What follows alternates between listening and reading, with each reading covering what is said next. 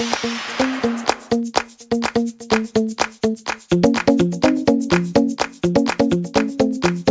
everybody. Welcome to La Lista, a LatinX writers podcast. I am your host, Ruben mendive, and today we have a brand new writer here brought to you by the magic of the internet. And I'm so excited to have them on.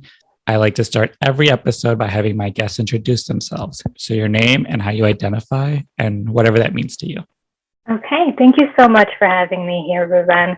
This is such a great opportunity, and I love your podcast. Well, my name is Victoria Buitron, and I am an Ecuadorian writer. I am also a climber, a hiker, a reader. So that's how I see myself, like first and foremost. And yes, I'm very proud to be Ecuadorian. I'm from a very small town on the east coast of Ecuador. I've been living in Connecticut for the past 9 years, but we'll get a little bit more into that because I've been going back and forth a lot between the US and Ecuador. Yeah. And so you sort of answered my follow-up question. I always like to know where my guests are from. But I do like to ask this question. It's like when someone asks, where are you from? Like, what do you tell them? What's the short version and what's the long version? Because we all get asked that question. Oh my gosh. The short version is that I was born in Ecuador and then I moved to the United States. And then I moved back to Ecuador, and then I moved back to the United States. That's the very short version. The long version is that I wrote a book about this. That is the long version. It was very hard to kind of dig through your identity when you move around a lot, especially between two very different cultures and two countries that don't share the same language. And so the long answer is that for years, I was like, I need to write a book about this because my life is not a lot of people have lived this type of life when you're just going back and forth between two countries. So yes, I ended up writing a book about how this has affected me throughout my life. First of all, I love the answer. It's like long version is buy the book. But I feel the same way. Like I was born in Mexico. I moved to Chicago when I was very little. And I feel like that is all I ever am thinking about, writing about, trying to just express and sort of convey this feeling of immigration as just your sort of a core identifier for who you are. Yes, that's exactly it. And I also see myself just in general, as a migrant and even a repatriate, because I never envisioned going back to Ecuador to live. So that really changed the trajectory of my life. Yeah. Okay. So we'll start at the beginning. You said you were born in Ecuador. So I like to get family history. So tell me about your parents, your grandparents. What were they doing in Ecuador? My maternal grandparents actually came to the United States in the end of the 60s, early 70s. And my mother was born here in the United States. After that, unfortunately, her mother passed away. So my grandmother passed away. And that really changed my mother's life because instead of continuing to live in the United States in Connecticut, which is where they settled, my mother was sent with her sister to move back to Ecuador and live with aunts and uncles because her father felt that he couldn't take care of two little girls. So that really changed everything for her and for her future because instead of growing up and learning English, she went back to this very small town. They actually call it, they call Milagro, which is where I was born in, a canton. So it's not like a city or a village, but it's right in the middle. So eventually, my mother grew up there and she met my father when they were teenagers in the local high school. And then she got pregnant when she was still in high school.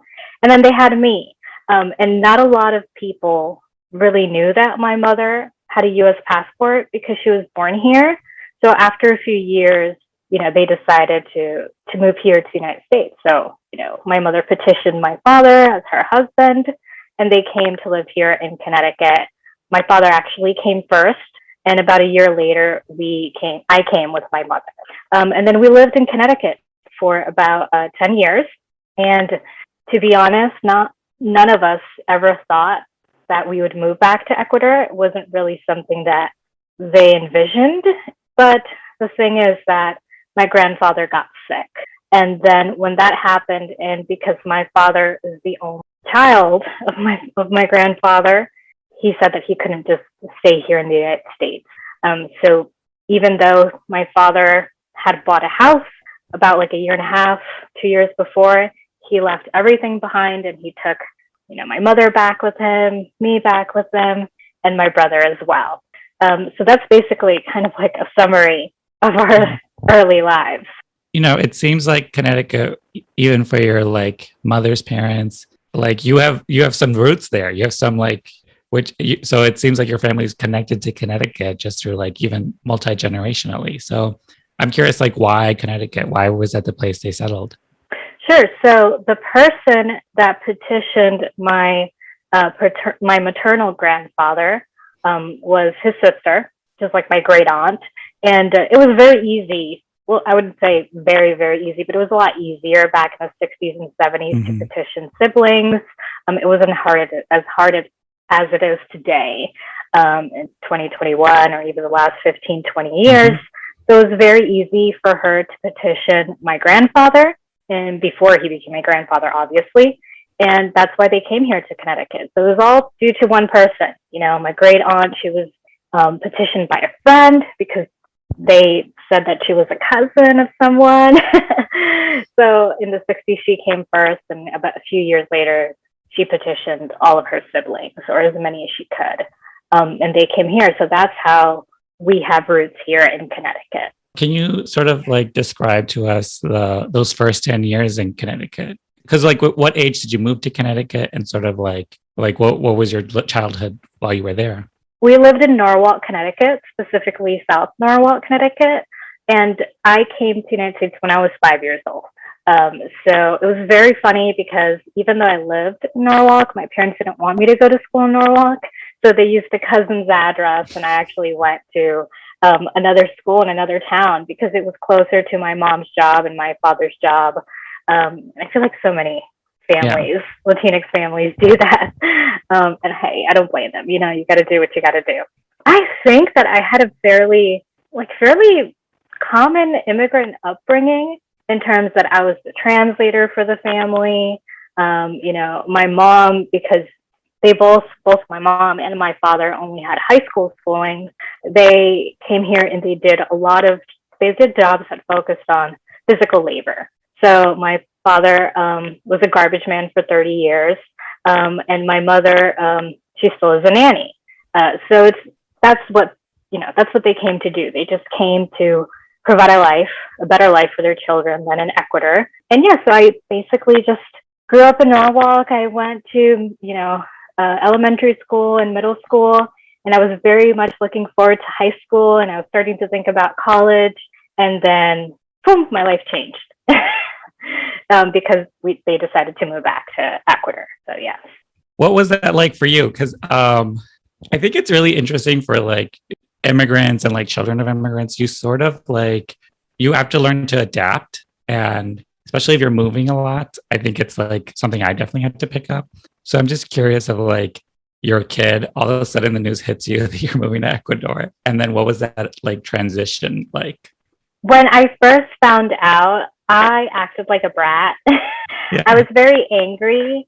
I couldn't believe it at first. I feel like I went through a lot of the stages of grief in general, not just here when I found out, but even when we moved back. When I was 15 when we moved back. So I think it's really hard to take a 15-year-old that just finished their freshman year, going to their sophomore year, and is thinking about their future and about college, and then to uproot them completely. And I had to learn Spanish, but when I say learn it, I mean like the formal Spanish, because yes, I spoke to my parents every day in Spanish, but in our house, I didn't have to use formal Spanish at school. So it was very hard for me to adapt in Ecuador, especially because I lived in this town in Milagro, but I commuted every single day. I'd wake up at 5 a.m. and I'd go to a high school that was far away. And the people that attended this high school were very rich people. So I don't like to say that I went between two worlds, because I feel like we all live in one world. This is just one world that we're all living in here. But I did feel like every single day I'd have to crisscross between two very different societies. So I'd go from my town, which is very small, It was, more or less like a poor town. When I arrived, there wasn't even a movie theater, stuff like that. And then at the same time, I'd go and to this bilingual high school, where a lot of the people there were very rich. They were able to travel outside of Ecuador. They all looked very blonde and white, and I spoke English with them. But then I couldn't hang out with them because I had to go back home. So it was always like a lot of destabilization, all constantly, and I had to get acquainted with that and kind of like face it, because it was very hard to do that.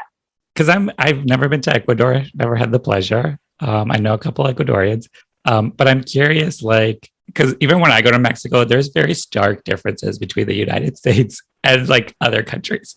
So I'm curious of like you as even like a teenager, what were stuff that when you went back to Ecuador, you were like, oh, stuff that you sort of took for granted, stuff that like the culture shock of it all, you know? Oh my goodness. So it's funny that you say that. I actually have this essay called How to Be an Ecuadorian Girl, which focuses on like my little types of culture shock that I endured. So it's actually an essay that's online. It's going to be in the book as well. But it talks about everything from like this individualistic society that I was living in here in the United States to more of like everybody knows your business type of society, and I'm not saying that one is better than the other. I'm just saying that I was used to something, and then all of a sudden that was not the case. But also another example that it's not in the essay that I wrote, but I think it's very funny, is that I always took for granted going with my mom to the bank on weekends in the United States. So we'd go through the drive-through, and then we'd be done in 5 minutes. But in Ecuador, my parents would send me to the bank, and I'd be there 1 hour or 2 hours. I couldn't wear sunglasses. You couldn't wear shorts. You couldn't wear sandals. And it was so like, I was like, what is this? Is just a bank. This is not anything like formal, but it was like a super formal thing to go to the bank. And you would take forever in line to get one thing done. So I remember that was a huge culture shock for me. Yeah. And so I always like to ask people about the high school years, like 14 to 18. I'm always curious about this time, and I frame it in these 3 questions. Who were you? Who were you pretending to be? And how do you think other people saw you at this time? Who was I when I was a teenager? I was a depressed individual. I was pretending not to be depressed. And I think everybody saw beneath that and everybody understood that I was depressed. I think especially now when I speak to people that knew me during that time, they always talk about how I kind of look sick, because I was very skinny during that time. I would cry a lot. It was a very hard time for me. I really wish that I could have had access to therapy, but I did not. We didn't really deal with this whole moving and repatriation issue in that lens. And now that I look back on it, I wish I would have had that, because then I would have been able to speak to somebody and say, hey, I'm angry. I didn't expect this to happen. How do I deal with this? But I didn't have that available to me. So yeah, I partied a lot on the weekends. I was the type of person that I'd always get good grades. I always got A's and B's, even in classes that were in Spanish eventually. And then I would party hard on the weekends because that was my way of letting go. And it's very different. Like here, you have to be 21 to go into a place and drink. And Ecuador is very much like you're 15 and you could go to a bar and drink. Nobody really stopped you, to be honest. So that's what I did. I partied to numb myself and to pretend that everything was fine when it wasn't. Yeah. And, I think that's what's so interesting about your story, just because people really look at immigration as sort of just like a black and white issue of like, it's very cut and dry. I always say like, it comes up in every presidential election, but like, no one ever knows what the hell they're talking about. And the thing that I always try to push, it's like, these are like people's lives. Like your grandparents moved to Connecticut, your mom got citizenship that way. She comes back through that, you're able to get it. Like they have to come back to like take care of family members. That is not something that's written in immigration law. Like, oh, you have to take some human things, family things happen. Like, oh, we can accommodate that. Like that, it is very cut and dry in that way, where it's like, it's not framed for like just the complexity of human life, just the human condition of like, and we're really like, as humans trying to work through these like government guidelines and rules. And it's like, some people can go to Iowa and take care of their grandparents. Like when you're doing it in a whole different continent, it's like a whole different story. That sort of is just like, you have to deal with that. Yes, and I think that the word you use right now, complexity, it's such a complex issue. You know, immigration is so complex, migration or repatriation.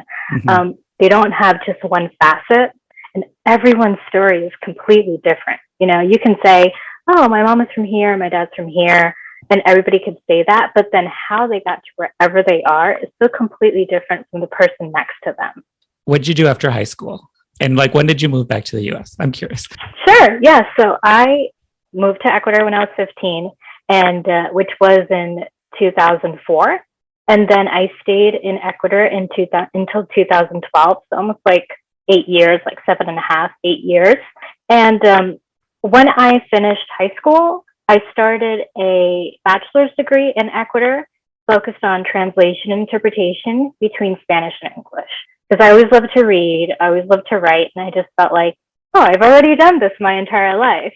But I love languages. I love speaking both languages, and I think that bridging that cultural gap through words is a lot of fun for me. So I really wanted to do that.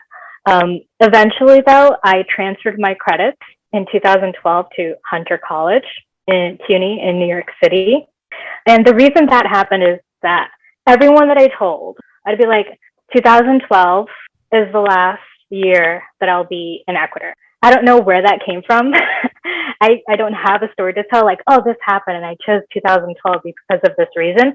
But I just like, that's the year. I'm not going to spend another year in Ecuador because I didn't feel at home in a lot of ways. I do love my town. I do love the food, but something in me was like, you're not going to be able to accomplish your dreams here, and you have to leave to accomplish your dreams. And I accepted that from the beginning, you know? And so I left in 2012. I transferred my credits to Hunter College in CUNY, and I finished my translation interpretation degree there. And so, yes, that's basically, you know, what I did. My parents also came in 2012. They didn't stay in Ecuador. Both of them, my brother and me, we're all back here in the United States for now. I don't think that this is where my parents will live forever. I do envision that they will retire in Ecuador, and maybe I will too. You know, it's like you said, it's very complex, and I've never seen just like, oh, this is my place, and this is going to be home forever. That's not how I view the location where I'm at. And so, like, I'm curious about this time when you like come back to the US, you know, you transfer to a college. Like, what was that transition like? Like, was there an equal culture shock of like coming back and sort of like readjusting to this American way of life? Oh, definitely. Definitely. But I think that I was a lot more mature when I was 22 years old. Nobody forced me to come to the United States. So that was a huge factor. I still had my parents there with me, so I didn't come alone. And that also changes everything, because I feel like when you move by yourself with nobody that you know anywhere, it's a lot harder if you don't have that support system. But yes, I definitely feel like there was a lot of shock because politics wasn't really in my mind when I lived in Ecuador. I was in my early 20s, late in, you know, my teenage years, so that wasn't a priority. I was really just trying to survive and finish my degree. So coming to the United States, you know, towards in 2012 when Obama was president, I felt like I came here and then so many things happened politics-wise, and it allowed me to understand a lot more what was going on around the country. And yeah, so that's what I did. It was 2012, and I finished my T&I degree in 2015. I got a job at an interpretation and translation agency that also taught different languages. So I taught students English and Spanish and TOEFL courses until 2015 as well, because my boss there was really kind, and she allowed me to finish my degree and to work there as well. So to be honest, I got here. A week later, I called up this place, and they were like, yeah, come in. So I was very lucky to have found a job right away. And I know that that's a huge privilege because a lot of people that come back don't get a job within a month, you know? Yeah. Yeah. And so, like, I'm curious, when did the writing come in for you? Like, is it something you can follow through childhood? Like, I'm curious, like, can you take us through that journey throughout your life? Of course. So writing was always important for me. It was always present. I mean, I think in school, you know, we're kind of forced to write something sometimes what we don't even want to write, right? But I like to write. And when I went to Ecuador, in my whole bout of depression and everything that I went through, I was writing both in English and Spanish. And I remember that there was this contest. It was like my sophomore year, I think, of school. And there was this contest in Spanish. And I remember I wrote a story about a ghost. And I sent it in because they were actually telling everyone, like, oh, no matter what you write, we're going to send this in as part of your contest, of this school contest. And I got second place out of like 100 kids. And I was like, how is this possible when all of these kids have, you know, learned Spanish since they were kids and they didn't leave this country, and I got second place? And it was just very like a wow factor for me because I was like, maybe there's something there, you know? I kind of didn't believe in myself in that moment. And I was like, oh, maybe I should write some more. And I kept on writing, but I wrote for myself. I didn't publish anything or send anything out. I wrote while I was in Ecuador. I wrote while I was getting my bachelor's degree and at Hunter. And I even took like 1 or 2 creative writing courses. And that's when I shared my work with the students there in that course. And then once I finished my degree in 2015, I got a different job as a translator as well, and editor at a nonprofit organization. And I kept writing. And, you know, 2-3 years later, I was like, wow, I have all of these drafts. I haven't shared them with anyone, but I think there's something there. And I was like, what should I do? And then I kind of feel like it was maybe for selfish reasons, but I was like, oh, I want to get an MFA because maybe if I get an MFA, I'm going to be able to actually finish this book that I've had in me for so long that I have drafts of. So I sent out my application to this one program. And the reason that I sent out my application there was that it was because it was low residency, which meant that you didn't have to go every day. You'd have like 9 days or 10 days where you would go to a specific place and then work throughout the semester with a teacher, either via mail or by Zoom and all of that. So I applied to them. I sent them out my drafts and they let me in, which was like, wow, okay. And yeah, so that's where it all started from there. And my MFA really did change my life because I really learned, I wouldn't say I learned how to write, but I learned how to write better, I would say. And then eventually my thesis for my MFA is what is now my book, which is called The Body Across Two Hemispheres. So yeah. And, you know, I'm sort of curious about this thing that a lot of writers do, especially like secret writers. Like, I'm always curious in that pivot, the pivot of being like, this is something I sort of just do for fun, for me, something that I'm a writer and I don't even know it. And then that, I don't want to say moment because moment feels like this one thing happened, but like that thing that sort of like knocks you onto the track of like, oh, I'm going to try to like pursue this more professionally. So like, what do you think was in you at that time that you were like, oh, I'm going to go for it? I think that's a great question. And it really has to do with who I was 10, 15 years ago as a reader. And the reason that I say that is that when I was living here in the United States, and even when I moved to Ecuador, it was really hard for me to find memoirs or essays by Ecuadorian American writers or just Ecuadorian writers. I couldn't find that. I would love to go to the library here in the United States and read work by Mexican American writers, Puerto Rican writers, Dominican writers. And I thought that was great. I loved that. But I was like, oh, you know, I can't really find an Ecuadorian American writer. Like, there's not really like a list like you would really see often when it comes to other countries and other cultures. So I was like, you know what? I needed this when I was 15, 16, 17. I needed to read about someone like me. And so because this didn't exist or I couldn't find it, I'm going to make it for myself. And if somebody else can read this, somebody that looks like me or somebody that's also Ecuadorian says, wow, you know, here's an Ecuadorian story that I've never read before.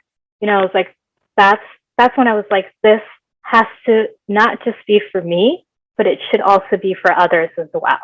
Yeah, and I think that's what caught my attention when I saw your book, and I was like, I like read what it was about, and I was like, ooh, okay, it touched something in me that I'm just like, yeah, okay, it do be like that, huh? So I am curious, like, because I'm also trying to do this with my own like immigration journey. I'm like, first, like, tell us what the book is about, like the official version, but I'm also curious of like what you felt you poured into this book that you sort of felt the need to express. Sure. So the book is about how migrations in my family and in my life disrupted my sense of identity, and then how I came back to who I really am. So it's a book that's not written in chronological order. First of all, it's actually written based on location. So it actually starts out with the southern hemisphere, which is a focus on Ecuador. The middle part is called Between Borders, was really kind of like what was hard to place in one area. So I put it right in the middle. And then the last section is called the Northern Hemisphere. So when you asked me that question about what I poured into this, oh my gosh, I poured maybe more than I should have. No, I'm kidding. Yeah.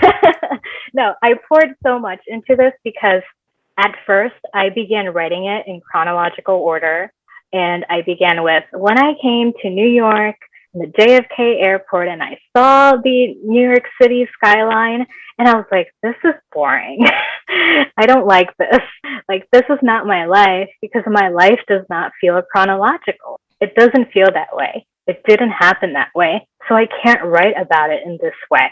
So that's why it starts out with the climax, actually, which is when I was about 15, 16, and my mother didn't know what to do with me because I was sad all the time.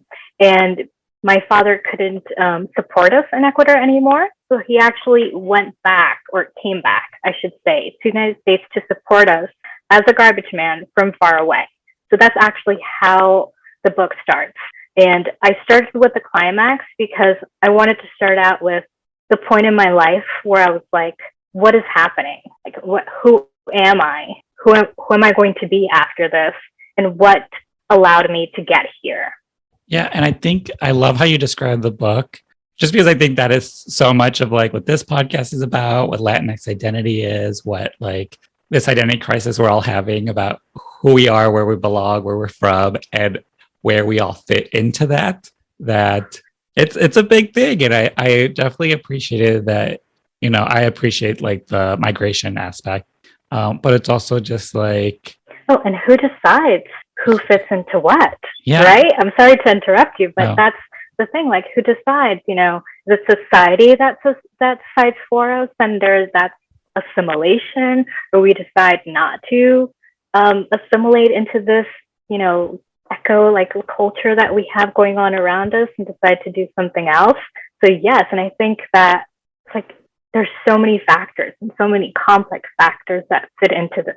Yeah, and so many constructs of like borders, governments, countries, like who we are in that place and time, and how it affects us, and how we try to like, it's just very complex. And I think I like that you didn't start with like the JFK landing because it's like that's the immigration journey we're used to, the story we're used to, and it's like it's so much bigger than that. It's like way beyond of it's so at the and it's also like, again, we said it before, it's people trying to like navigate all this and sort of like find themselves, and just in this like weird fucked up constructs we have of like how governments work and borders and cultures and all this stuff. And yeah, it's a big topic, but that's why I was so attracted to the subject of the book, because it's like I think that's all that's all we're asking for. It's like who am I? Where do I belong? And we let a lot of the outside stuff sort of like cloud that and tell it for us, Yes. And what you just said, it reminded me of, I have this essay called Chain Migration, and I use speculative aspects within a nonfiction essay, which is odd because usually you hear speculative fiction. But I love speculative nonfiction because you can make up certain things that some people would be like, wait, is this real or is this true? It's like, well, it's real for me. So I interviewed my parents about what we talked earlier in the podcast about, if my mom remembers the United States before she moved to Ecuador. So it starts out with the moment that my mom is sent back to Ecuador, and I write it in the second person in certain points of it because I want people to read that essay and think this could be anyone. This migrations happen to anyone. And sometimes when we meet someone, we don't know how they arrived to this country or this particular place where we're standing now, and what were the ancestral factors, the political factors that led them to where they are. Yeah, and that's why I always ask people where they're from and where their parents are from, because I think it's fascinating, but I think it informs so much of because you could just say like, oh yeah, I grew up in Connecticut, but like that is just like the smallest detail of this grand story that informs so much of who you are, where you're from, and like how you got there. Because that all like it, especially as writers, I think we really need to be in touch of where we come from to like know and where not we're forget. Going. Yeah. So I'm interested in like, because you said you took this MFA program because you're like, I'm gonna write this thing. So like, what was the journey from that to then now publishing? Oh my gosh, it was very hard. I didn't think it was a dream for me to write this book and to publish it. To be honest, in the beginning, my dream was I just wanted to get the book done. Mm-hmm. I really wasn't thinking about the publishing or the marketing aspect. I was just like, I want to be finished with a book that I feel proud of and that I feel like contains the essence of who I am. So towards the end of the program, which I graduated in July of 2020, so of course the pandemic and everything, and my university where I went to, which is called Fairfield University, they hold this book prize. So it's called the Fairfield Book Prize every 2 years. And it was open then in the end of 2020, which was about a few months after I graduated. It's open to anyone that is in the program or that has graduated from the program. And a lot of my friends, my writer friends that I met in the program were like, you should send out your memoir and essays. And I said, well, to be honest, not the majority, all of the people that won that prize were fiction books. None of them were nonfiction books. So I said, it's kind of hard to beat the odds of having 5 in a row fiction and then having a nonfiction book. I don't think it's going to happen. So I was already telling myself no when other people were telling me yes. So I definitely want to say, don't tell yourself no ever. Just be like, you know what, I'm going to try, even if I get a no. So that's what I learned from that experience. So I sent it out, to be honest, because my friends pushed me. I felt like it was 75-80% done when I sent it out to the Fairfield Book Prize. And I found out early this year in February that I was one of the 5 finalists. And then from those 5 finalists, the judge, which is the poet Shara McCollum this year, she picked the winner, and she picked my memoir as the winner, which I'm so thankful for. It's a dream come true. I honestly, like I said, I didn't think that I would win when I sent this out, but I'm so glad that I listened to my friends that supported me and told me to do it anyway, because if I hadn't, then we wouldn't probably not be sitting here today and listening and having this conversation. So yes, I found out that I won. I had to get through some imposter syndrome after I found out that I did win. And since then, it's been editing it and finishing it up. I finished it, I would say, over the summer, early fall. And right now we're just focused on kind of like the marketing aspect and sending it out for reviews and all that. So yes, it's happening. Yeah. And that is always great advice to like get out of your own way. I've been telling people just like drop the weights, like just take them off. Like there's already so much going on. Like you don't also need to be like picking more stuff to hold, just like Ruben, you need a tote bag that says "Get out of your own way" on one side and La Lista podcast on the other. You need to just trademark that right now. I'm telling you, because I would buy that and be like, "Get out of your own way."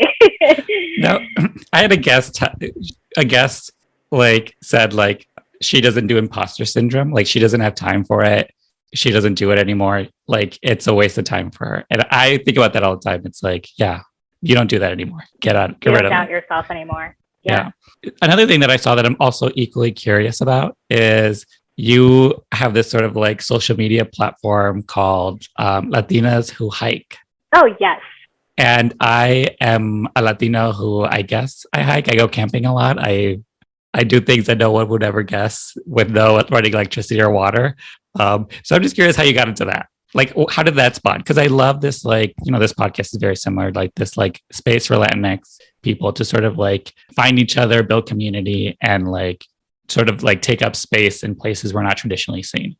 Yes, of course. So a couple of years ago, I was hiking a lot, and it was really hard for me to find hiking groups with Latino women. And then I was like, you know what? If this space doesn't exist, I'm going to create it myself. Mm-hmm. Again, and I think that again, it's kind of connected to what I said about the book. Like, this book doesn't exist, I'm going to try and create it. And the same with this. I was like, well, I looked through Instagram, I looked through Facebook, and I'm like, there was Latinos Travel, there were other types of Latino groups, and I was like, but not Latinos Who Hike. So I was like, oh, this is great. I'm going to make this, and I'm going to start running monthly hiking events in the tri-state area. So in New Jersey, Connecticut, New York. I did it for a while. I think we did like about 14, 15 hikes, like wow. Recorrido, like every single month in different locations throughout the tri-state. And the pandemic hit, right? Mm-hmm. And then I was going to restart the monthly hikes over the summer, and then Delta hit. Mm-hmm. So right now, you can follow Latinos Who Hike. You can look up the hashtag Latinos Who Hike, and you'll be able to connect with other Latinos. And that's what I want. I want people to connect with other Latinos throughout the United States, through other countries, and be able to hike together and feel more comfortable out on the trail. Than if you're doing it, just by yourself, or if you don't find an affinity group that you feel comfortable with. So yes, I do hope to start the monthly hikes again. But yes, I mean, I love to hike. I love going outdoors. I really love to climb. It's something that I never envisioned myself doing when I was younger. And I love being outdoors. And so, we sort of talked about, all this like immigration and migration talk of like pouring a part of yourself into this book. So I'm curious of like, what are the other things that you're like dying to write about? The other things that in your other writing, you sort of see a through line of stuff you're always sort of like thinking about, talking about, another thing you want to like express? Oh, that's a great question. So towards the end of 2020, I surprised myself and started writing fiction, which I had never really focused on before. For me, it was very hard in the past to be like, I just need to lie. I need to make stuff up. I need to create a world. I need to think of people and how their personalities are. And it's both writing nonfiction and writing fiction are equally hard, but I feel like they're very different. In nonfiction, you have the stakes that you're writing about your life, and people can have opinions about that, and you're writing about other people that are real and that And then on the other hand, fiction, it's like you have to create sometimes a world out of nowhere, or you have to create a believable character.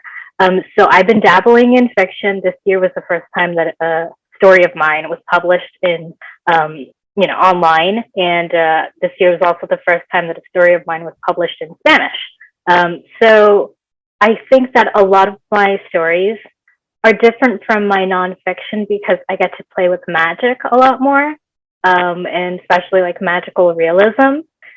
So for example, earlier this summer, I wrote a story called The Folk Tale of Follicles that had to do with Tintin, which is this like mythological character in our Ecuadorian culture. And it's supposed to be this like small, tiny man that goes to different houses and kind of like takes women, especially women that have a lot of hair on their bodies.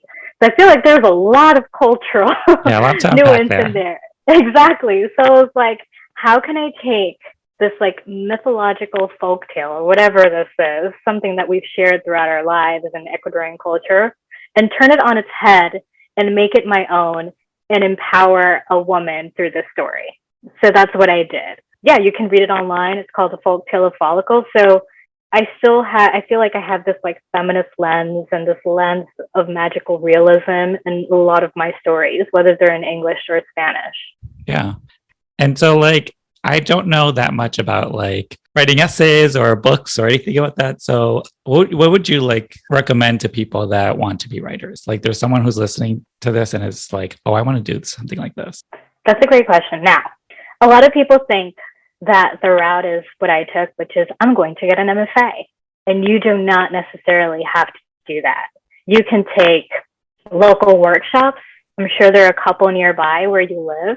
And if they're not nearby where you live, there are a lot of workshops that are online and that are affordable and that focus on whoever wants to focus on what. Like what I mean is there's poetry, there's nonfiction, fiction, speculative fiction, different genre works.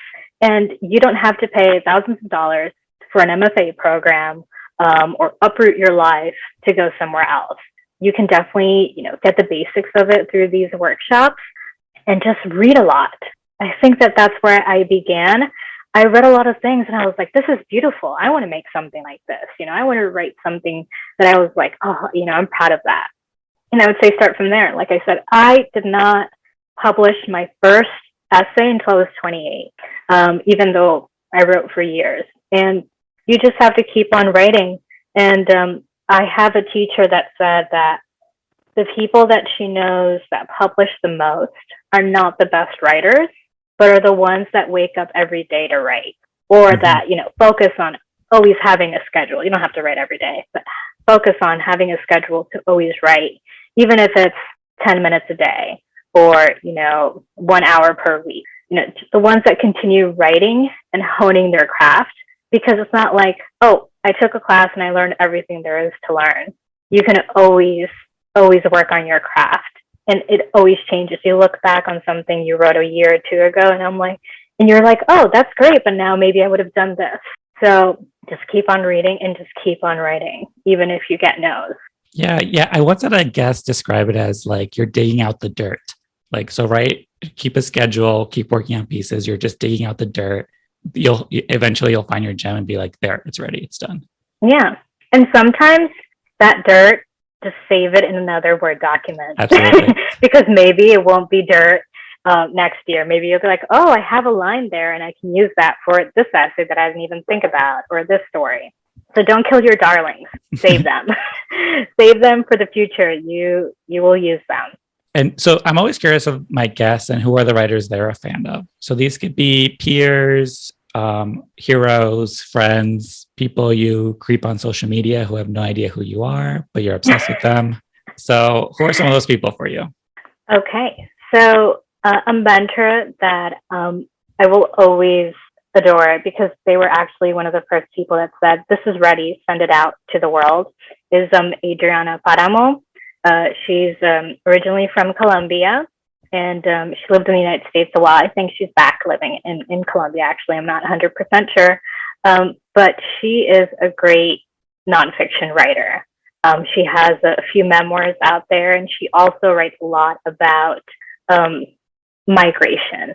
She lived all over the world. So she's a great writer. If you haven't heard of her, please look her up. She doesn't have any social media presence, but if you look her up online, you'll be able to find her books, and I highly recommend it.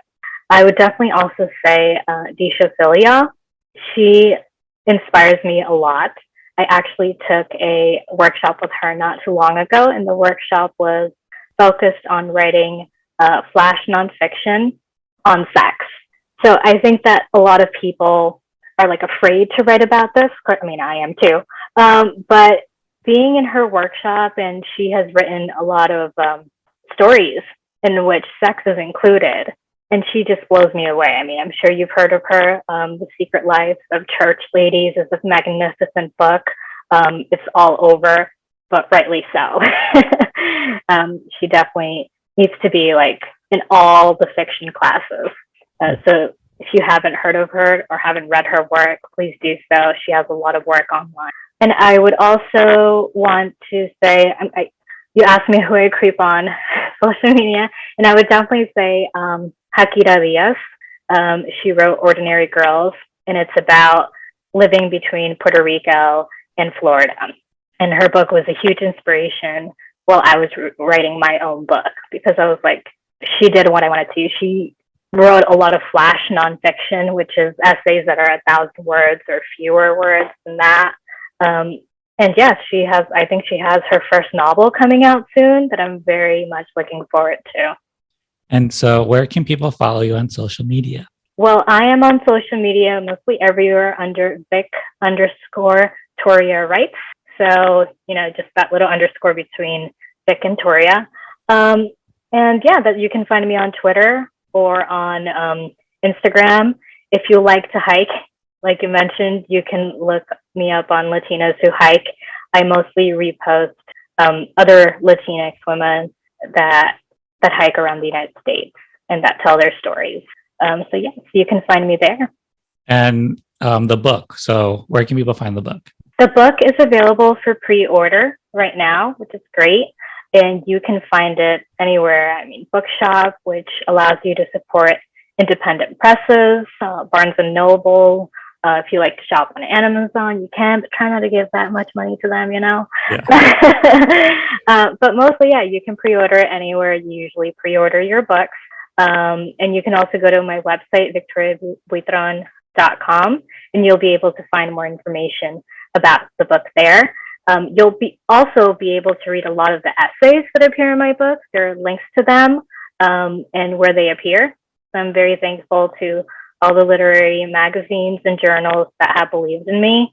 And I thank them for publishing a lot of the essays first. Again, the title is A Body Across Two Hemispheres. Yes. I feel like a lot of people can relate. You're just a body being like, who decided really, you were going to be here? Like somebody else, your mother, father, and ancestor decided this is where you would be, right? Yeah. And here you are, here we all are, just doing the thing. Exactly. So I like to have my guests help me title the episode. The prompt is a blank Latinx writer. In the blank, you can put as many words as you want. You can mix it all around. Just whatever feels true to you. You're writing this conversation. I also use it as a recruitment tool so that when other people see the title, they can be like, oh, that's like me. I should check this person's story out. I should check out their work. So yeah, what do you got? So I am an Ecuadorian, sometimes Llorona, but always focused Latina writer. Love it. These are good. I'm getting a lot of good ones lately. Sometimes Llorona, but always focused though. Yeah, I need to get focused. Focus even when there are tears on my cheeks. Yeah.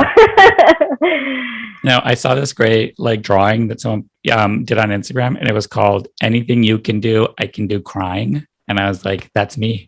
That is so true. Yeah. I love that. I mean, you need a good cry once in a while, right? Always. I'm always on the verge of tears. Another tote bag. I'm always on the verge of tears.